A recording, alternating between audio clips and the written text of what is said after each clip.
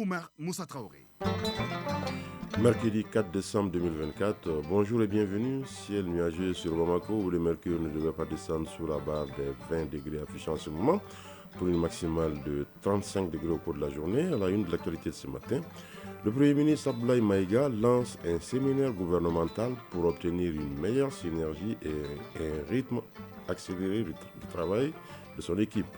L'enjeu de la rencontre, c'est aussi l'efficacité et l'efficience de l'attelage gouvernemental dans un contexte géopolitique particulier, marqué par la montée en puissance des FAMA, la création de la Confédération des États de l'AES et la sortie du Mali de la CEDEAO. Le point dès le début de cette édition avec Mamadi Kone. Et puis la chronique de l'environnement dans le rendez-vous du mercredi à Guibou-Koulibaly évoque aujourd'hui les décisions ambitieuses en faveur des pays en développement issues des conclusions de la COP29 qui vient de se tenir à Bakou, en Azerbaïdjan. Enfin, en sport football, le championnat national de première division, le Djoliba AC s'est imposé hier devant Étoile du Mandé. Et puis nous dirons un mot de l'équipe nationale avec le défenseur international malien Mamadou Fofana qui pose ses balises à Boston aux États-Unis. En effet, l'Aigle vient de s'engager avec le club américain de football, le New England Revolution. La synthèse de l'actualité sportive, ce sera avec Aridou Matina. Voilà pour le sommaire. Je vous le disais en titre, le Premier ministre, ministre de l'Administration territoriale et de la décentralisation régionale de division Abdoulaye Maïga a présidé hier à la primature les travaux du séminaire gouvernemental. Le Premier ministre a invité les ministres à s'approprier les règles, procédures et principes fondamentaux du travail gouvernemental. Le chef du gouvernement a également insisté sur l'importance du respect des principes qui guident désormais l'action publique au Mali. Compte rendu, Mamadi Kone et Ali Outouri.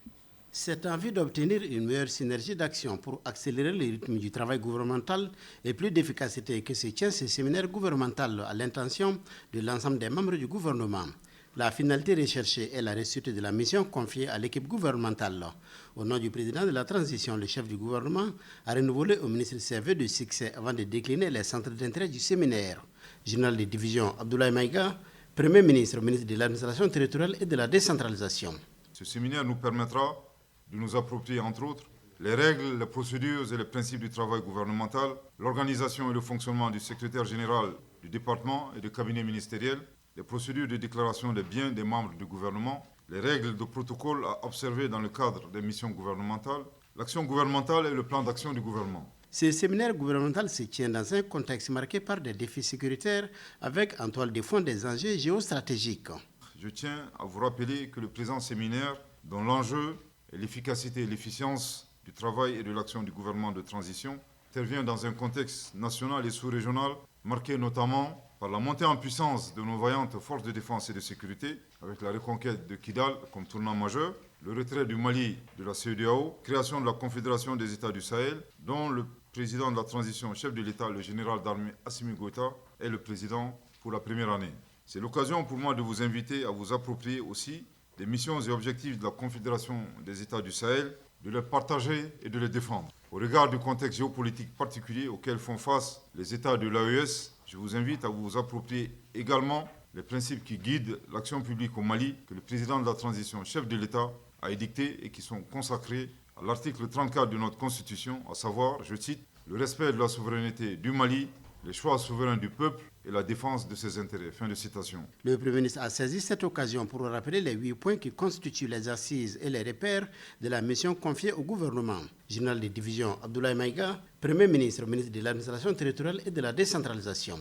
1. La défense et la sécurité. 2. La poursuite des réformes, notamment dans le secteur de la justice, pour renforcer la lutte contre la corruption, la poursuite des réformes politiques et institutionnelles. 3. La satisfaction des besoins élémentaires des populations grâce à une économie forte. 4. L'amélioration de la couverture sanitaire et le développement d'un système de solidarité nationale. 5. L'amélioration du système éducatif et l'emploi, notamment les jeunes. 6. L'apaisement du climat social. 7. Le renforcement de la diplomatie pour défendre les intérêts nationaux, raffermir les relations de coopération avec les partenaires respectueux de notre souveraineté, protéger les Maliens établis à l'extérieur et mettre en œuvre de façon diligente la feuille de route de la Confédération des États du Sahel, AES. 8. Création de conditions en vue d'élections transparentes et apaisées qui mettront un terme à la transition.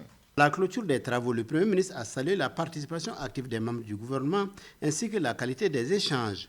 Les ministres sont désormais mieux outillés pour la conduite des missions que le président de la transition leur a confiées. Birama Koulibaly, ministre secrétaire général du gouvernement. Le bénéfice principal que l'on peut tirer de ce séminaire gouvernemental est relatif, en tout cas, à l'efficience et à l'efficacité que le chef de l'État veut imprimer à l'action gouvernementale. Ça, c'est le premier bénéfice, sinon le bénéfice principal. Et au-delà, ce séminaire gouvernemental va nous aider, nous, secrétaire général du gouvernement, dans notre rôle de coordination des actions gouvernementales, en tout cas, d'aller au pas, comme on l'a dit, imprimé par le chef de l'État, et d'améliorer considérablement, en tout cas, les dossiers qui sont soumis à l'analyse et à l'approbation du Conseil des ministres. Les différentes communications ont été animées par le secrétaire général du gouvernement, le directeur général du protocole de la République et le président de l'Office central de lutte contre l'enrichissement illicite au CLEI. Mais nous allons rester sur le registre de l'actualité des institutions pour signaler la fin hier des travaux de la deuxième session ordinaire de l'exercice 2024 du Haut Conseil des collectivités. Les conseillers nationaux ont examiné 27 dossiers à eux soumis par le gouvernement pour avis. Ils ont adopté des résolutions et recommandations au terme de l'examen de ces dossiers. Compte rendu, nous, Sissoko. La dernière session ordinaire du Haut Conseil des collectivités au titre de l'année 2024 s'est penchée sur 27 dossiers soumis à la 7e institution de la République par le gouvernement pour avis. Ces dossiers sont notamment relatifs à la création, à l'organisation, aux modalités de fonctionnement et au cadre organique de structure, à l'approbation de schémas directeurs d'urbanisme, aux documents de stratégie et de politique nationale. Les conseillers nationaux ont donné des avis favorables à la plupart des dossiers. Tcherno Seydou Diarra, premier secrétaire du bureau du Haut Conseil des collectivités. Et des dossiers très importants tels que le code de l'environnement, le financement des plaines rizicoles de Tombouctou, un projet de stabilisation du bétail en République du Mali, des communications écrites, des décrets, des discussions très franches entre les commissaires, les différents commissaires, et qui a suscité naturellement le vote de chacun de nous. Les contributions du Haut Conseil des collectivités visent l'amélioration des dossiers examinés pour une prise en compte de certaines préoccupations. Tcherno Seydou Diarra. Un texte a été rejeté. Si on prend le stade omnisport de Kourikoro, c'est un document qui n'a peut-être pas fait l'unanimité parce que le statut de stade classé catégorie B, de par les textes de la décentralisation, attribue immédiatement ce stade aux collectivités. Et comme nous, on est l'agent constitutionnel de la promotion de la décentralisation, alors on ne peut pas se déduire par rapport à ça. Donc nous avons demandé que ce stade-là reste toujours dans l'escarcelle des collectivités. On va préparer nos avis motivés qu'on va envoyer au gouvernement. Cette session ordinaire du Haut Conseil des collectivités a regroupé les conseillers nationaux de l'intérieur et de la diaspora, ainsi que les cadres de l'institution. Autre volet de l'actualité nationale, c'est le coup d'envoi des activités de la journée mondiale et du mois de lutte contre le sida, édition 2024, qui a été donnée à Ségou. Cette célébration nationale est placée sous le thème « Promouvoir les droits humains, c'est contribuer à éliminer le sida ». L'événement est marqué par des messages sur l'importance du dépistage à travers discours, musique, sketch, visite de stand de dépistage, entre autres. Cette activité est placée sous le haut parrainage du président de la transition, général d'armée Assimi Goïta, nombreux présidents du Haut Conseil national de lutte contre le sida, ont pris part à cette cérémonie dans les locaux de l'Université de Ségou. Des centaines de jeunes, des acteurs de la santé, ceux de la société civile et leurs partenaires aux côtés des 6 membres du gouvernement des autorités régionales de Ségou. Le compte-rendu est de Ramata Konaté et Karamogo Traoré avec la voix d'Honoré Tienou. Les Maliens dans toutes les composantes célèbrent la journée mondiale de lutte contre le sida à Ségou. Sous le thème national « Promouvoir les droits humains, c'est contribuer à éliminer le sida ». Kassim Diagne, coordinateur résident des Nations Unies au Mali. Ce thème nous rappelle que la lutte contre cette épidémie n'est pas seulement une question de santé publique, mais aussi une bataille pour la justice sociale, l'égalité et la dignité humaine. Chaque année, selon les statistiques, environ 1500 enfants naissent avec le VIH au Mali et la majorité de ces cas sont évitables. Isiaka Moumouni Kone, secrétaire exécutif du Haut Conseil national de lutte contre le sida. Jusqu'en 2023, 120 523 personnes vivaient avec le VIH au Mali.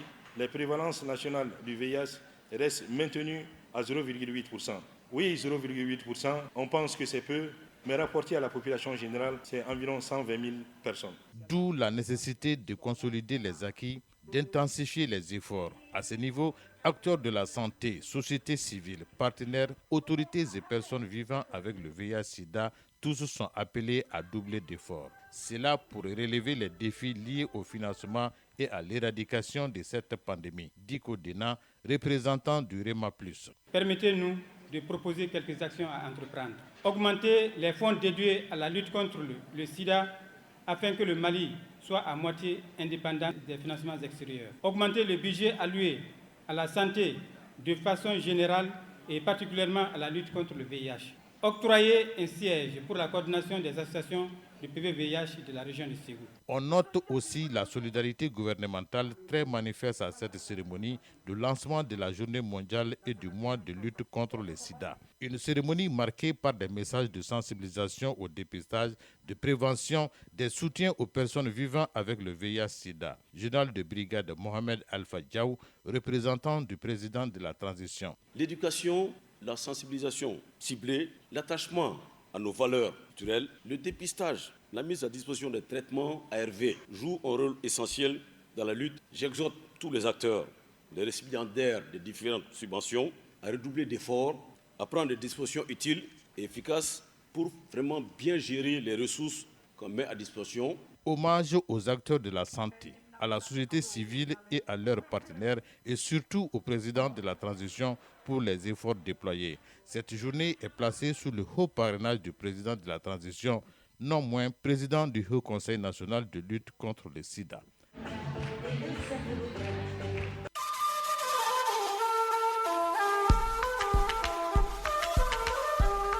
AES, actualité.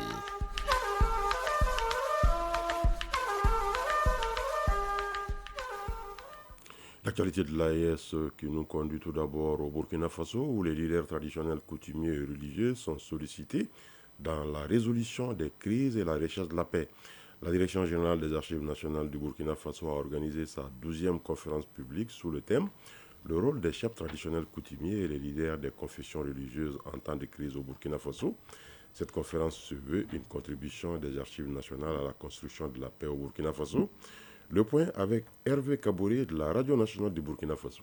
Au Burkina Faso, les chefs traditionnels et les leaders des confessions religieuses sont très souvent sollicités ou s'autosaisissent pour calmer certaines crises. Leur contribution est énorme et ils se doivent d'assainir leur milieu, cultiver la cohésion sociale et développer le vivre ensemble, a souligné le conférencier professeur Ludovic Kibora. L'État même est arrivé à un moment où on a compris que ces leaders, les chefs traditionnels et coutumiers, participent de la cohésion sociale, participent de la prévention des conflits. Et c'est pourquoi on les a reconnus dans certains textes fondamentaux concernant des domaines conflictogènes. Et c'est pour cela que j'ai dit qu'il faut aller encore renforcer cela, et peut-être à travers un statut clair de la chefferie traditionnelle et coutumière. Maintenant, concernant les religieux, à défaut de pouvoir trouver une posture, une formule qui puisse permettre à la violence légitime d'intervenir souvent lorsqu'il y a du désordre dans ces rangs, il faudrait que l'on puisse responsabiliser les leaders religieux, organisés au sein des fêtières, pour qu'ils puissent être donc des avant-gardistes en termes de contrôle et de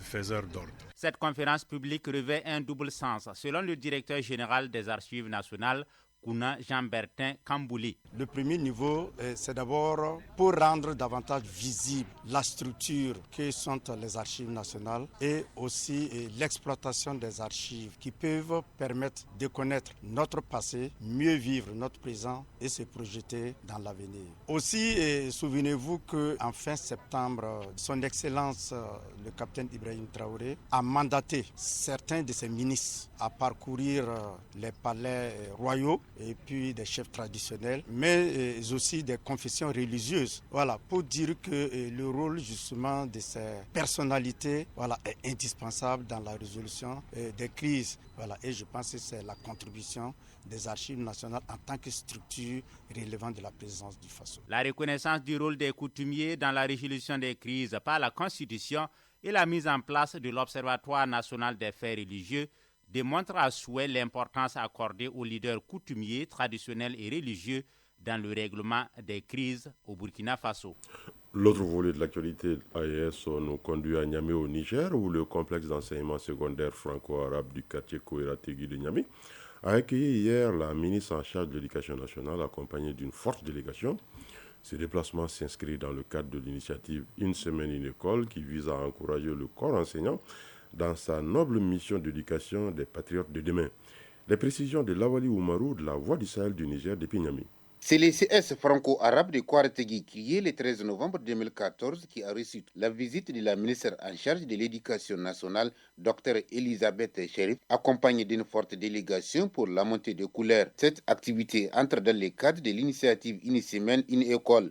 Au cours de cette cérémonie, le proviseur de la dite école, Hamid Tidjani, a fait une brève présentation du CS franco-arabe Kouartegui avant de revenir sur les résultats des examens de session 2023-2024. Nous avons obtenu au BPC ces dernières années un taux de réussite de 75% en 2023 et de 55% en 2024. S'agissant du résultat du baccalauréat, un taux de réussite de 50% à la session 2024. Le chef de l'État a fait de l'éducation son cheval de bataille. Votre présence ici traduit cette volonté. Soyez notre messager auprès de son Excellence, le président du CNSP, en nous rassurant que nous sommes ses soldats pour réaliser cette noble mission. Pour sa part, la ministre Dr Elisabeth Cherif a remercié le corps enseignant pour l'accueil qui lui a été réservé avant de les féliciter pour les résultats enregistrés au cours de l'année 2023-2024. Ici, dans ces écoles, sont enseignées aussi les études islamiques. C'est très important. La religion, ce n'est pas quelque chose que l'on affiche, c'est quelque chose que l'on pratique à travers le bien envers chacun, que l'on pratique à travers la justice. Nous comptons sur vous, votre contact avec les textes sacrés pour les faire connaître davantage à la population. Nous comptons sur vous pour cimenter notre nation. La ministre en charge de l'éducation nationale, Dr Elisabeth Cherif, et la délégation qui l'accompagne ont enfin visité les différentes salles de cours pour s'inquiéter des conditions de travail et encourager les enseignants et élèves de cette école qui compte aujourd'hui un effectif de 548 élèves, dont 298 filles et 250 garçons, avec un corps professoral qualifié de 40 enseignants. Un mot de l'actualité hors des frontières de l'AES et direction Angola, où le président américain Joe Biden a rencontré hier son homologue angolais João Lourenço à l'occasion de sa visite dans ce pays d'Afrique australe. Une visite axée sur un grand projet d'infrastructure qui vise à affirmer les ambitions de Washington sur le continent. La conversation entre les deux présidents a balayé plusieurs sujets de politique étrangère, selon un haut responsable américain présent, notamment le rôle de médiateur de Lourenço dans le conflit armé de l'Est de la République démocratique du Congo. L'Afrique du Sud prend officiellement la tête du G20. C'est une première pour un pays du continent. Occasion pour le président sud-africain de profiter de cette présidence du G20 pour inscrire les priorités du continent négligées à l'ordre du jour du puissant Forum économique mondial. C'est ce qu'a déclaré hier le président Cyril Ramaphosa. Le pays a pris la présidence tournante du groupe des plus grandes économies du monde le 1er décembre et accueillera son sommet en novembre 2025 avant de passer le relais aux États-Unis. Il s'agit d'un grand moment pour inscrire plus fermement les priorités de développement du continent africain et plus largement des pays du Sud à l'ordre du jour du G20, a-t-il déclaré lors d'un point de presse. Les pays pauvres ont payé un montant record en 2023 pour rembourser leurs dettes. En effet, les pays en développement ont payé un montant record de 1 400 milliards de dollars pour le service de leur dette extérieure au cours de l'année écoulée. Ce montant record est dû au taux d'intérêt très élevé, c'est ce que révèle un rapport de la Banque mondiale publié hier. Parmi ces pays, les plus pauvres et vulnérables ont déboursé un montant record de 96,2 milliards de dollars pour le service de leur dette, dont près de 35 milliards pour les seuls coûts d'intérêt, un record également. Ces pays sont ceux éligibles à un prêt de l'Association internationale de développement IDA, l'agence de la Banque mondiale qui prête aux pays les plus pauvres. Le président sud-coréen Yoon Suk-yeol est mis dos au mur ce mercredi par l'opposition comme par son propre parti. Il a tenté hier d'imposer la loi martiale, une mesure qu'il a été obligé d'abroger sous la pression. Les partis d'opposition au Parlement annoncent avoir déposé une motion de destitution contre le président. Le calme est revenu dans les rues de Séoul, mais la confusion demeure. Personne ne comprend ce qui a poussé le président à déclencher la loi martiale. Le chef de l'État avait justifié sa décision par l'action d'une menace communiste intérieure qui voudrait s'en prendre à la Corée du Sud. Royaume-Uni, Charles III accueille l'émir du Qatar en visite d'État. L'émir du Qatar tchèque Tamim Ben Hamad Al Thani a été accueilli hier par le roi Charles III pour une visite d'État au Royaume-Uni. Au cours de cette visite, il s'entretiendra aussi avec le Premier ministre Keir Starmer, qui espère conclure un accord commercial avec les monarchies du Golfe. Lors de cette visite de 2 jours, l'émir du Qatar doit aussi prendre la parole devant des parlementaires et s'entretenir avec le Premier ministre Downing Street. La page sport dans un instant.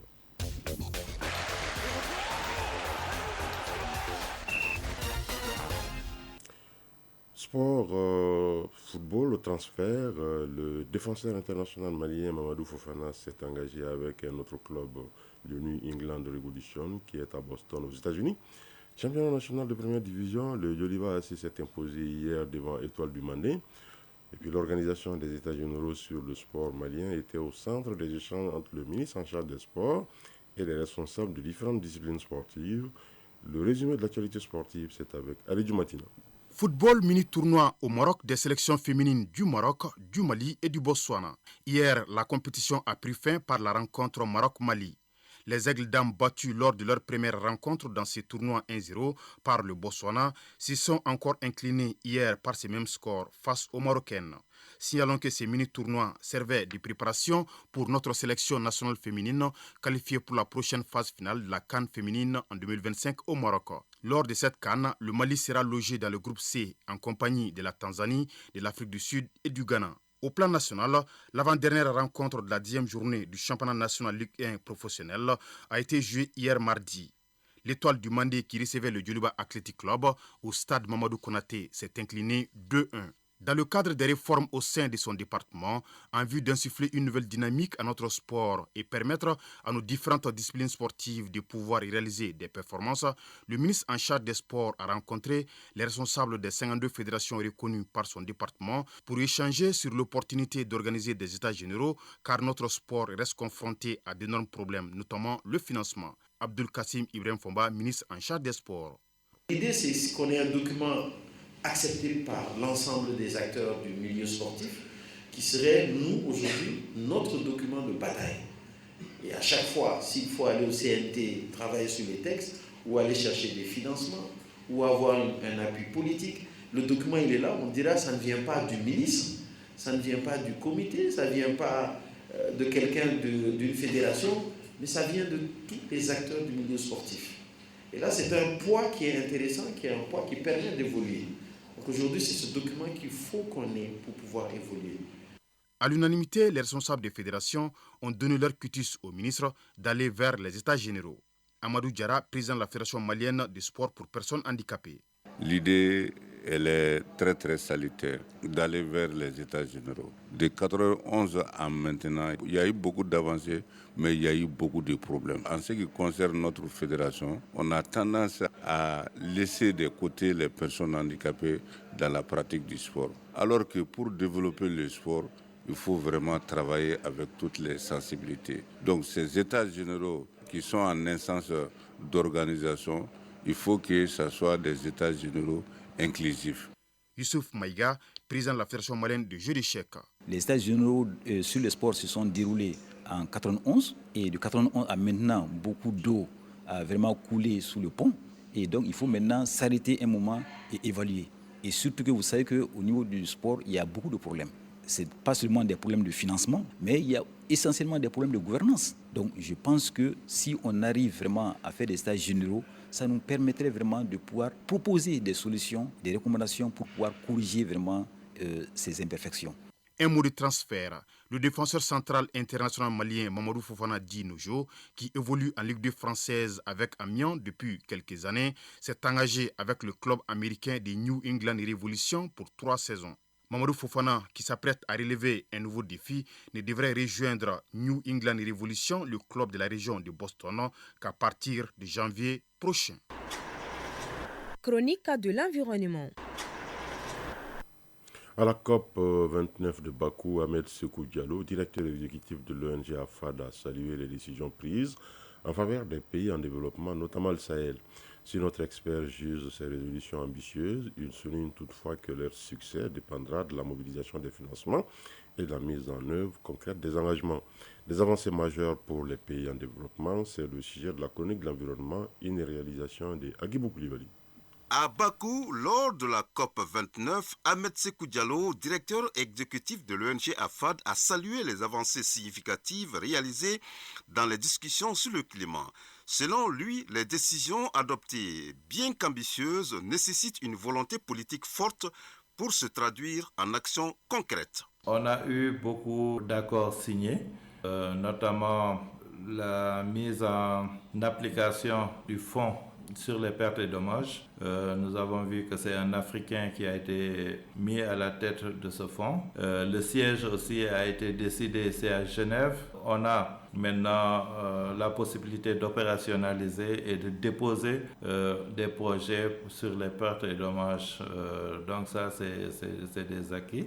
Parmi les résolutions phares, une attention particulière a été accordée au soutien des pays en développement, notamment les zones arides comme le Sahel. La COP29 a mis en avant des mesures cruciales pour nos régions, mais leur mise en œuvre dépendra des financements mobilisés et de leur utilisation judicieuse, a souligné Ahmed Sékou Diallo. On avait fixé aussi pour cette COP d'avoir un nouveau objectif quantifié en matière de financement. Bon, à la COP de Paris, on était à 100 milliards.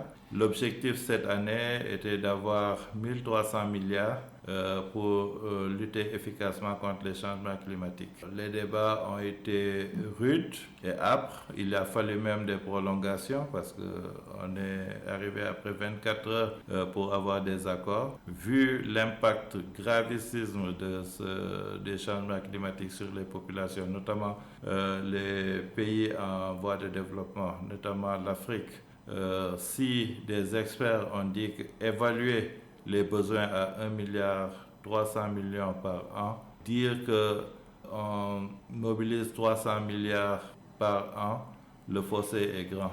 Et plus le fossé est grand, plus la population africaine est dans l'incertitude et dans le danger aussi. En dépit des avancées notables de la COP29, Ahmed Sékou Diallo reste convaincu que la route reste semée d'embûches. La réussite de ces résolutions ne dépendra pas seulement des engagements pris à Bakou, mais d'une volonté politique forte pour transformer ces décisions en actions tangibles au bénéfice des populations les plus vulnérables, comme celle du Sahel. À 7 heures passées de 27 minutes, à Dioïla se referme cette édition. Réalisation et coordination Bemba Sibi, que nous retrouverons d'ailleurs pour l'édition de 13h. Prochain rendez-vous des infos. À la mise en œuvre de Yahvé Ismaïla Diarra. Merci d'avoir été de notre prochain rendez-vous. Excusez-moi, je vous propose de suivre tout à l'heure la page météo avec Mahamadou Keïta. Les avis et communiqués avec Doudou Temeli. Retrouvez cette édition sur www.ortem.ml. Et sur l'ensemble de nos plateformes digitales, la mise en ligne de la présente a été assurée par Mohamed Koulibaly. Excellente suite de programmes sur l'ORT.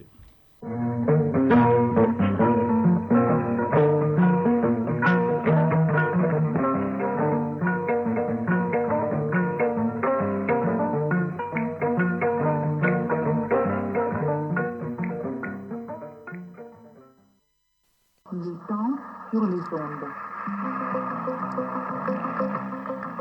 Le temps sur les ondes, la météo est avec vous.